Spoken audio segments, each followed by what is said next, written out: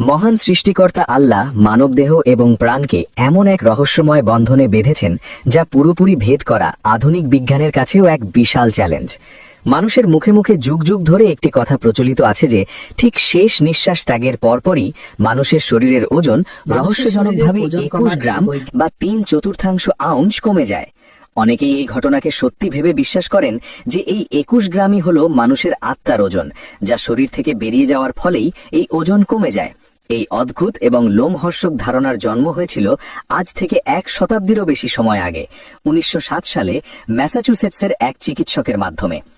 Duncan McDougall নামের ওই চিকিৎসক বিজ্ঞান জগতে আলোড়ন তোলা একটি পরীক্ষা চালিয়েছিলেন, যা ইতিহাসে 21 গ্রামস এক্সপেরিমেন্ট নামে পরিচিত। তিনি বিশেষ একটি স্কেলের বা দালিপাল্লার উপর একটি বিছানা তৈরি করেছিলেন, যা খুব সামান্য ওজনের পরিবর্তনও ধরতে পারত।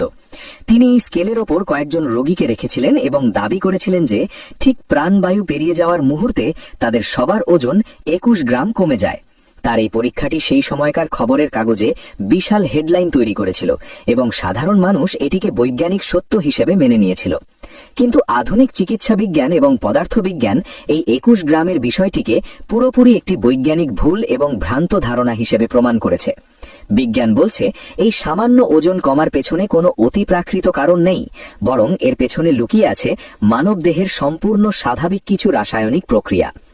ডানকান ম্যাকডুগাল মাত্র 6 জন রোগীর ওপর এই পরীক্ষা চালিয়েছিলেন, যা বিজ্ঞানের ভাষায় যা কোনো সুনির্দিষ্ট সিদ্ধান্তে আসার জন্য একেবারেই যথেষ্ট নয়। সবচেয়ে অবাক করা বিষয় হলো সেই 6 জন রোগীর মধ্যে মাত্র একজনের ওজন 21 গ্রাম কমেছিল, বাকিদের ওজনের পরিবর্তন ছিল সম্পূর্ণ আলাদা। তাছাড়া 1907 সালে তিনি যে মেকানিক্যাল স্কেল ব্যবহার করেছিলেন তা আজকের দিনের সেন্সরযুক্ত ডিজিটাল স্কেলের মতো এত নিখুঁত ছিল না। একটি জীবিত শরীর প্রতি মুহূর্তে হাজার হাজার রাসায়নিক বিক্রিয়া করে। স্নায়ুতন্ত্রের সিগন্যাল থেকে শুরু করে কোষের শক্তি উৎপাদন সবকিছুই এক জাদুকরী ছন্দে চলতে থাকে।